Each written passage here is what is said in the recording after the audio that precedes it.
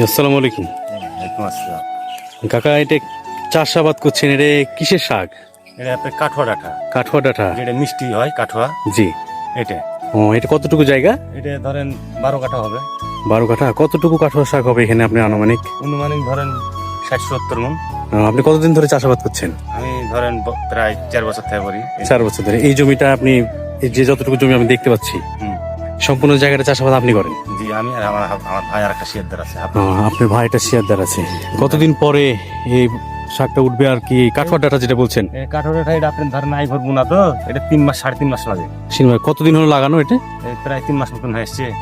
3 মাস হয়ে আসছে, মানে 1 মাস। যদি 1 মাসের ভিতরে আপনি তুলে নেবেন, 15 দিনের ভিতরে 10-15 দিনের ভিতরে তুলে নেবেন। হ্যাঁ।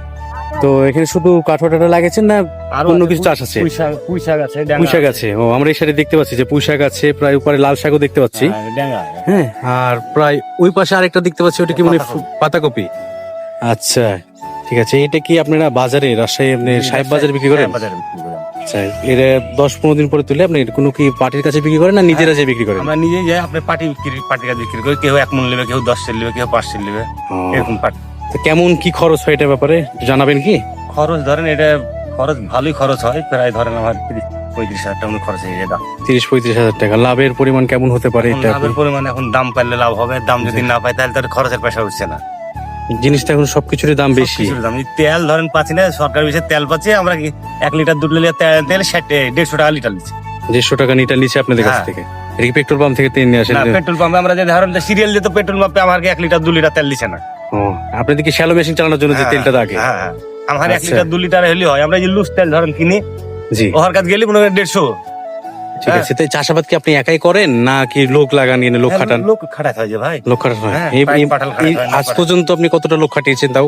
প্রায় ধরেন এই ডাঁটাতে আমার 20-25টা মতো প্যাট খাটানো আছে। 20-25টা, মানে যদি 500 টাকা করে রোজ হয়, 20 জন হলে 10,000 টাকা। 10,000 10,000 টাকা খরচ হয়ে গেছে। হ্যাঁ, আর বিচি আছে, সার আছে, পানি আছে, বিষ আছে। বেশ অনেকটা একটা খরচ আছে এটাতে।